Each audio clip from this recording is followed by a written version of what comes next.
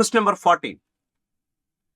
Let ordered triplet alpha, beta, gamma be the coordinates of the foot of the perpendicular drawn from the point 5, 4, 2 on the line vector r is equal to minus I plus 3j plus k plus lambda into 2i plus 3j minus k. Then the length of the projection of the vector alpha I plus beta j plus gamma k on the vector 6i plus 2j plus 3k. അപ്പോൾ ശരിക്കും vector ഓൾജിബ്രയും ഉണ്ട്, 3D ജോമെട്രിയും ഉണ്ട്. ശരിയാണല്ലോ? എന്താ ഇവിടെ പറഞ്ഞിരിക്കുന്നത്? നമുക്ക് കണ്ടുപിടിക്കേണ്ടത് ഇത്രയേ ഉള്ളൂ. Alpha I plus beta J plus gamma K ഈ വെക്ടറിന്റെ projection on 6i plus 2j plus 3k. അപ്പൊ നമുക്ക് പ്രൊജക്ഷൻ കണ്ടുപിടിക്കാനുള്ള ഫോർമുലയൊക്കെ അറിയാം.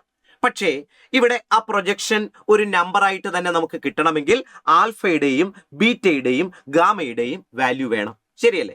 അപ്പൊ അതിന് വേണ്ടിയിട്ടാണ് ആദ്യത്തെ കണ്ടീഷൻസ് ഒക്കെ അവർ പറഞ്ഞിരിക്കുന്നത്. എന്താ ആദ്യം പറഞ്ഞിരിക്കുന്നത്?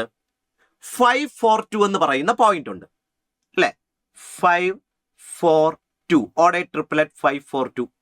ഈ 5, 4, 2 എന്ന് പറയുന്ന പോയിന്റിൽ നിന്നും നമുക്ക് ആ പോയിന്റിനെ ഒരു പി എന്ന് പേര് വിളിക്കാം. ആ പോയിന്റിൽ നിന്നും ഒരു ലൈനിലേക്ക് നമ്മൾ ഒരു പെർപെൻഡിക്കുലർ വരയ്ക്കുന്നു.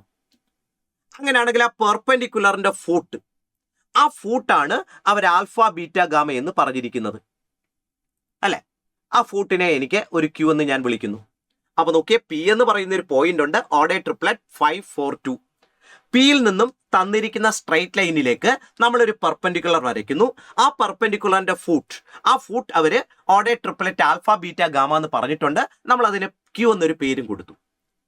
അങ്ങനെയാണെങ്കിൽ ആ ക്യൂ എന്ന് പറയുന്ന ഫൂട്ട് ഓഫ് ദി പെർപെൻഡിക്കുലർ കണ്ടുപിടിക്കാൻ പറ്റിയാൽ ആൽഫ ബീറ്റ ഗാമ നമുക്ക് മനസ്സിലാക്കാനായിട്ട് കഴിയും. ശരിയല്ലേ? അപ്പൊ നമുക്ക് ക്യൂ കണ്ടുപിടിക്കാം, അഥവാ ഫൂട്ട് ഓഫ് ദി പെർപെൻഡിക്കുലർ കണ്ടുപിടിക്കാം. ക്യൂ എന്ന് പറയുന്നത് ദാ ഈ തന്നിരിക്കുന്ന സ്ട്രൈറ്റ് ലൈനിലെ ഒരു പോയിന്റ് ആണല്ലോ.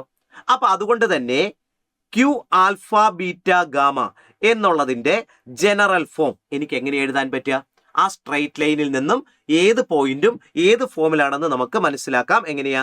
-1 + 2 ലാംഡ, അതുപോലെ തന്നെ 3 + 3 ലാംഡ, അതുപോലെ 1 - ലാംഡ അല്ലെ? അപ്പൊ ഇതാണ് ക്യൂവിന്റെ കോർഡിനേറ്റ്സ് ആയിട്ട് വരുന്നത്. അങ്ങനെയാണെങ്കിൽ ഇവിടെ വെച്ചിട്ട് എനിക്ക് direction ratios of P Q കണ്ടുപിടിക്കാം. Direction ratios of P Q.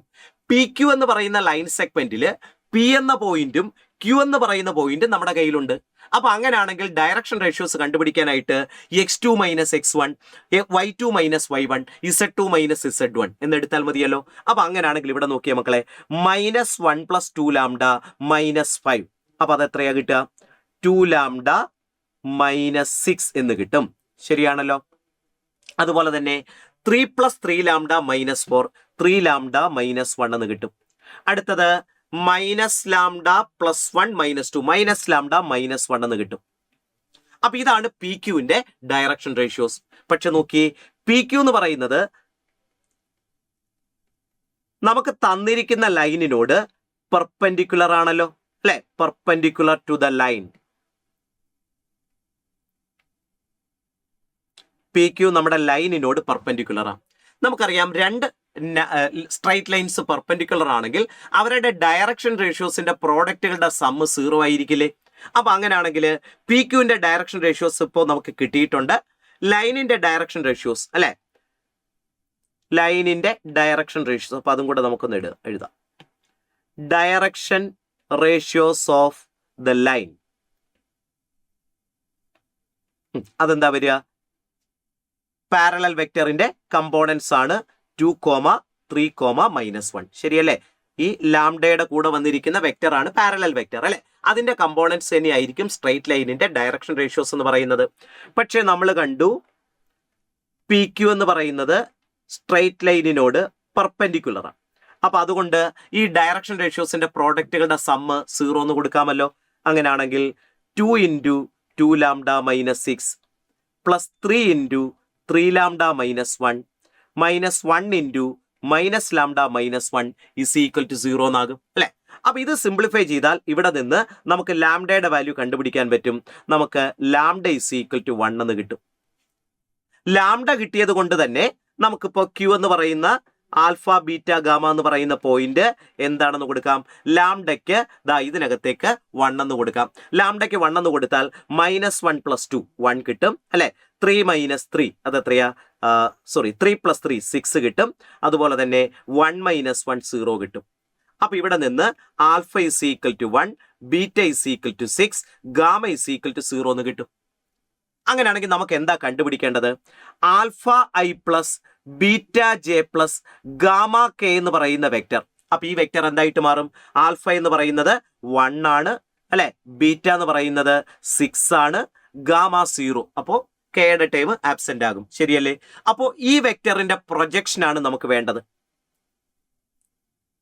നമുക്ക് കണ്ടുപിടിക്കേണ്ടത് projection of I plus 6j അല്ലെ, ഓൺ ഏത് വെക്റ്ററിലേക്കുള്ള പ്രൊജക്ഷനാണ് വേണ്ടത്? ക്വസ്റ്റിനകത്ത് വ്യക്തമായിട്ട് പറഞ്ഞിട്ടുണ്ട്. 6i + 2j + 3k. ശരിയാണല്ലോ അല്ലെ? പ്രൊജക്ഷൻ എങ്ങനെയാ കണ്ടുപിടിക്കുക? വെക്ടർ എയുടെ projection on vector B, A dot B divided by mod B ആണല്ലോ.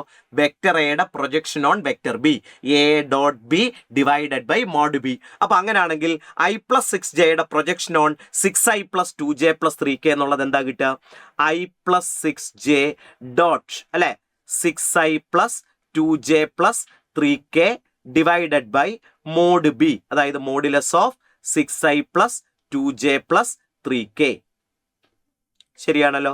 Is equal to dot product എടുക്കാം. 1 × 6 + 6 × 12 ശരിയല്ലേ, ഡിവൈഡഡ് ബൈ ഡിനോമിനേറ്റർ √6² + 2² + 3² എന്ന് കിട്ടും. അതായത് 18 ഡിവൈഡഡ് ബൈ √49 എന്ന് കിട്ടും അല്ലെ. അതായത് 18 ഡിവൈഡഡ് ബൈ 7 എന്ന് കിട്ടും. So 18/7 option 3.